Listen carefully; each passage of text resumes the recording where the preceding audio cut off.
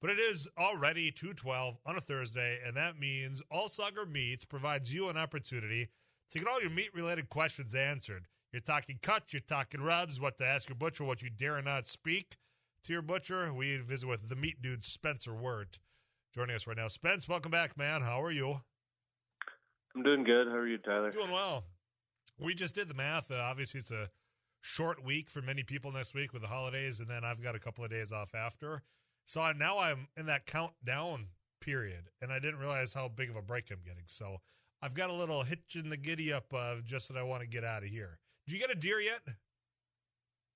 No, I didn't. I didn't go last weekend. I thought we talked about this on the show, but I didn't go last weekend. I know. I am going on Saturday and potentially Sunday if need be. Look, I am an intent listener. I know, but there are these things called evenings after work that some people take advantage of as well.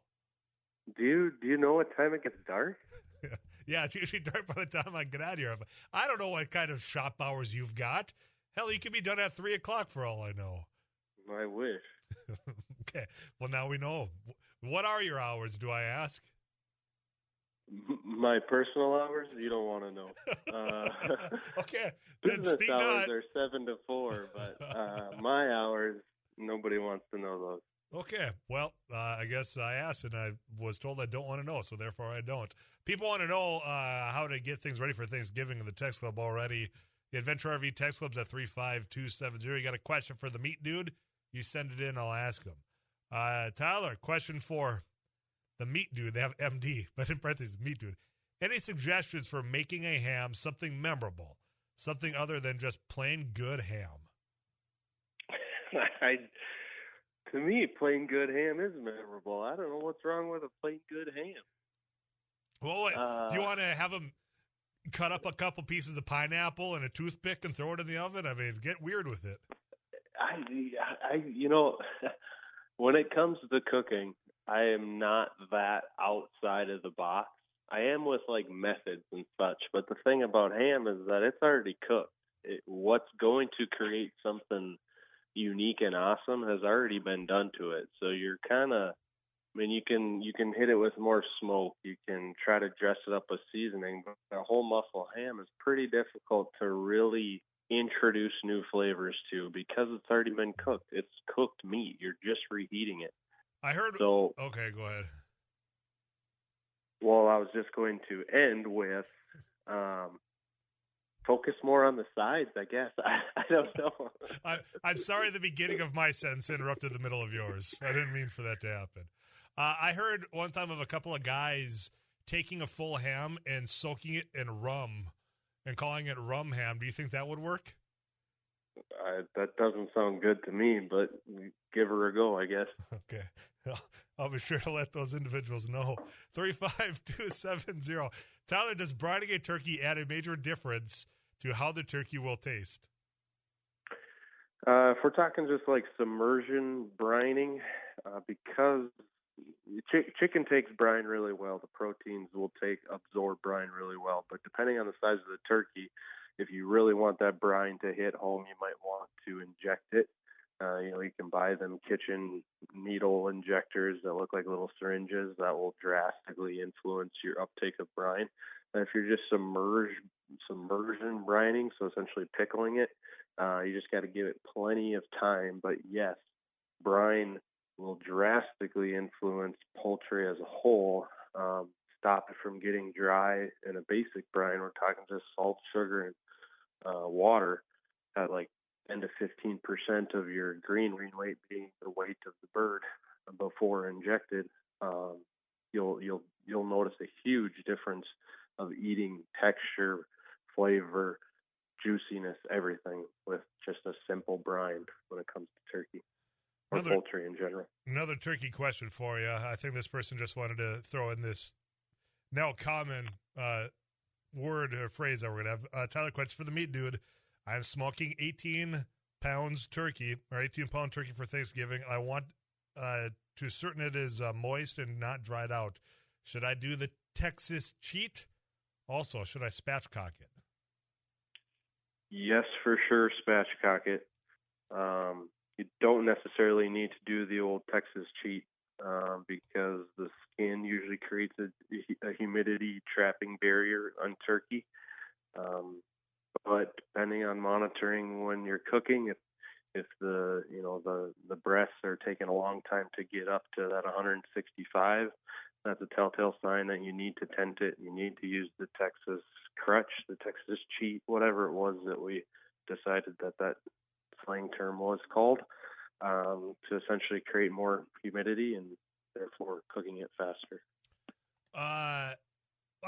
Let's stay on this Thanksgiving trend because people are already thinking about this. I know when you have turkey, depending on how many pounds, how many days in advance you got to take it out for it to thaw.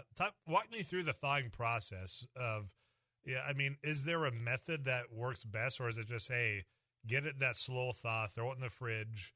Sometimes people get in a hurry and like, oh my God, I forgot. So you put it out just on the counter on a plate. And of course that doesn't happen or work for turkey. But your prime ribs, I know you're a big lamb guy for the holidays, these turkeys. What's the preferred thawing method? Is there one, or hey, just as long as it gets that room temp type thing? Yeah, if the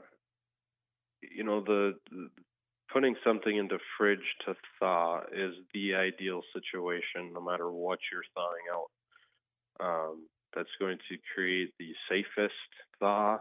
That's going to create the most even thaw, where the outside doesn't get too warm compared to the inside type situation. And poultry specifically, on just like a food safety side of things, is most of the time why you say where you hear the experts per se say the only way to thaw it out is in the fridge, and that's why you see so many publications out there on, like you just said, how long it's going to take to thaw this size of turkey, just because their microbial world is so much different than red meat. But red meat, you can get away with thawing on the counter. If I'm in a pinch, I'll submerge it in cold water in my sink, and to start that thawing process, to kick it into high gear if I'm thawing out like steaks in a vacuum package, or a beef roast in a vacuum package, something like that. So yeah, obviously fridge is the ideal method, but not everybody is as prepared as some, I guess. Yeah, like myself included. Did you say cold water? Yeah. Okay, because I've had again, you don't want hot water, because then the surface is going to get warm and the middle is still going to be frozen. So you put it in, essentially as cold as your faucet will go, and throw it in there to get a nice mellow thaw. You don't want a rapid thaw. So I know you were just saying, hey, for this type of meat, you can get away with that, because I've had to do that method with, say, like ring sausage. I forgot that I need to take out some venison from a year, and okay, it's vacuum sealed, but I've been doing the hot water. Does it matter if it's kind of that? Yeah, sausage is fine. Okay, that's what I figured. Yeah, there you go. And the diameter of it is, diameter of the chunk of meat also has a huge influence on it as well. Again, think of a 20-pound turkey, big, bulky, same width as height. A ring of sausage is only an inch in diameter, so the thaw process is drastically different. So yeah, you're completely fine. It's cooked. When you get your deer, we're stepping all over each other today. When you get your deer finally, got that venison, what do you usually do with it? Do you process it all out in your shed, out in your garage?